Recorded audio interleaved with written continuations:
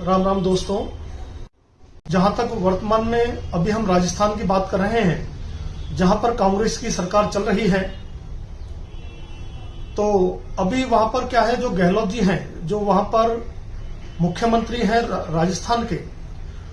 उनका नॉमिनेशन हो रहा है कांग्रेस अध्यक्ष के चुनाव के लिए।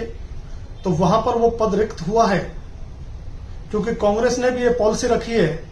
वन मैन वन पोस्ट, यानी कि एक आदमी के लिए एक पद। तो उस हिसाब से अगर देखा जाए तो अब इस समय वर्तमान में राजस्थान का जो मुख्यमंत्री का पद है वो रिक्त है, और उसके लिए जो सबसे उपयुक्त व्यक्ति इस समय है वो हमारे आदरणीय सचिन पायलट जी हैं। और ये बात मैं इस वजह से बिल्कुल नहीं कह रहा हूं कि वो अपने गुर्जर समाज से हैं, वो पिछड़ों के नेता हैं, वो 36 बिरादरियों के नेता हैं, वो जनाधार को साथ में लेकर चलने वाले नेता हैं, और उनकी इसी ही अथाह मेहनत और लोगों की जो भावनाएं और विश्वास उनके प्रति है, उसकी वजह से जनमत भी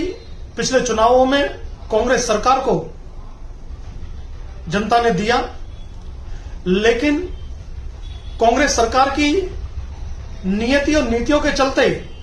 वहां पर शासक गहलोत जी को बना दिया गया। उन्होंने भी अपना शासन चलाया जैसे भी चलाया, लेकिन जो जनता की जो जन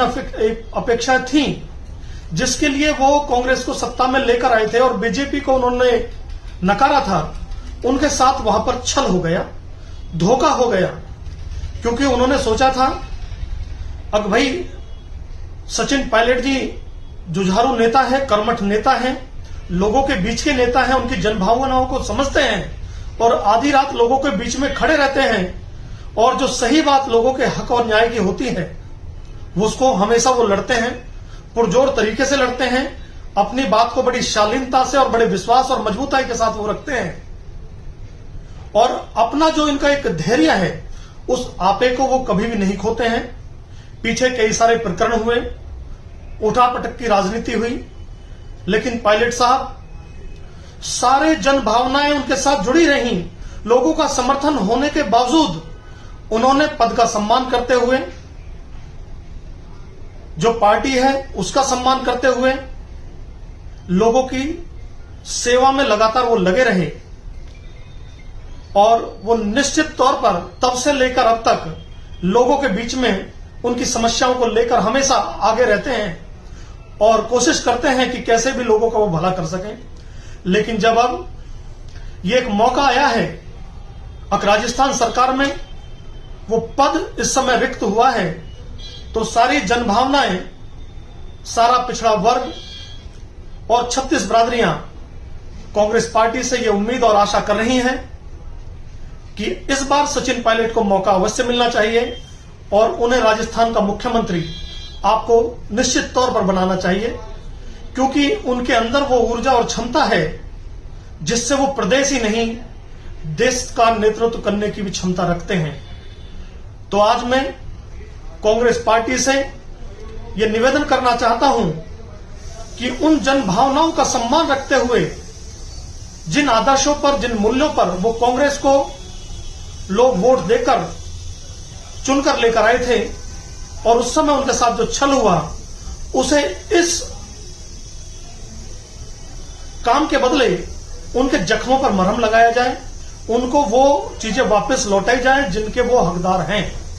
तो आप कांग्रेस पार्टी सचिन पायलट जी को मुख्यमंत्री बनाए राजस्थान में, ऐसी हम गुजारिश भी करते हैं कांग्रेस पार्टी से, और ये बिल्कुल आपको विश्वास भी दिलाते हैं और कहते भी हैं कि यदि आप यहां पर अन्याय कर जाते हैं तो ये अन्याय सचिन पायलट जी का नहीं होगा, उनके साथ नहीं होगा, ये अन्याय होगा उन जनभावनाओं का जिनके बलबूते आप सत्ता में बैठे हैं, उनके साथ ये ज्यादती होगी। मुझे पूरा विश्वास है कि इस बार आप ऐसा नहीं करेंगे, और जो जनता का सम्मान है वो आप उनको वापस लौटाएंगे, और सचिन पायलट जी को राजस्थान का मुख्यमंत्री आप बनाकर उनका मान बढ़ाएंगे। दूसरा विषय, इसी पहले विषय में मैं कुछ शब्द और जोड़ना चाहता हूं। हालांकि मैं बीच में नाम लूं, मेरे बहुत सारे भाई मेरे साथ जुड़ गए हैं, तो मैं एक बार उनका भी अपने सम्मान के साथी हैं उनका नाम लेना चाहता हूं। हमारे रोहित गुजर जी पीपलका से हैं, वो इस बार मेरी बात को सुन रहे हैं, आपका धन्यवाद। मेरे बड़े भाई अमित नागर जी इस समय मेरी बातों को सुन रहे हैं, आपका भी हृदय से बहुत बहुत धन्यवाद। भाई कदीर अहमद जी मुझे सुन रहे हैं, आपका हृदय से धन्यवाद, अभिनंदन। भीम भगवाना जी, राम राम भाई जी, मेरे बहुत प्यारे भाई हैं छोटे, धन्यवाद। आप सब मुझे इतना प्यार, आशीर्वाद और सहयोग मुझे समय समय पर देते रहते हैं। दूसरा मैं कहना चाहूंगा, भैया नेटवर्क का थोड़ा सा इश्यू हो गया था, उसके चलते ये बीच में पॉज हो गया। मैं सारे समाज के लोगों से ये कहना चाहूंगा कि इस बार यदि कांग्रेस कहीं चूक करती है और हमें सम्मान नहीं देती है, तो हमें पायलट साहब का 36 बरादरियों को और पूरे जनमानस को उनका साथ देना होगा, जो बहुत आवश्यक है। क्योंकि यदि आप निष्ठावान, ऊर्जावान और क्रांतिकारी लोगों को मौका ही नहीं दोगे, तो फिर लोग क्यों भरोसा करें आप पे और क्यों जुड़े आपके साथ? ये तो छलावा है ना उनके साथ में। तो निश्चित तौर पर समाज, सारे समाजों का सहयोग भी इस बार सचिन पायलट को चाहिएगा। और पायलट साहब आप सबका पूरा मान और सम्मान रखेंगे और आपकी जो समस्याएं हैं उनके समाधान के लिए वो सदैव तत्पर रहेंगे, आपके बीच में रहेंगे, ऐसी हम उनसे भी उम्मीद करते हैं। दूसरा विषय, एक बहुत ही दयनीय बात कह लो, यह बड़ी दुख की बात है, बहुत गहरी संवेदनाओं की बात है कि उत्तराखंड जहां पर भारतीय जनता पार्टी की सरकार है, वहां पर एक बेटी, एक बहन, एक बच्ची अंकिता, उसकी हत्या कर दी गई। और जिस तरह के साक्ष्य उसमें मिल रहे हैं वो अपने आप में एक बार बड़ी डरावे और भयावह बातें हैं। अब किस तरीके से लोग पैसे कमाने के चक्कर में इंसान को एक जरा सी बात के लिए उसकी हत्या तक कर देते हैं। या तो प्रताड़ना की सीमा होती है, या तो गलत चीजों में लोग आपका सहयोग करें, और यदि सहयोग ना करें तो आप उनकी जान ले लेंगे। ये मानव कृत्य बहुत ही निंदनीय और अपराधनीय है। मैं भारतीय जनता पार्टी की सरकार से चाहूंगा कि जो भी इसमें दोषी हैं, साक्ष्य के सामने आ रहे हैं, स्पष्टता से पता लग रहा है कि दोष किसका है, तो उसमें निश्चित तौर पर यह मुकदमा फास्ट ट्रैक कोर्ट में चलाया जाए,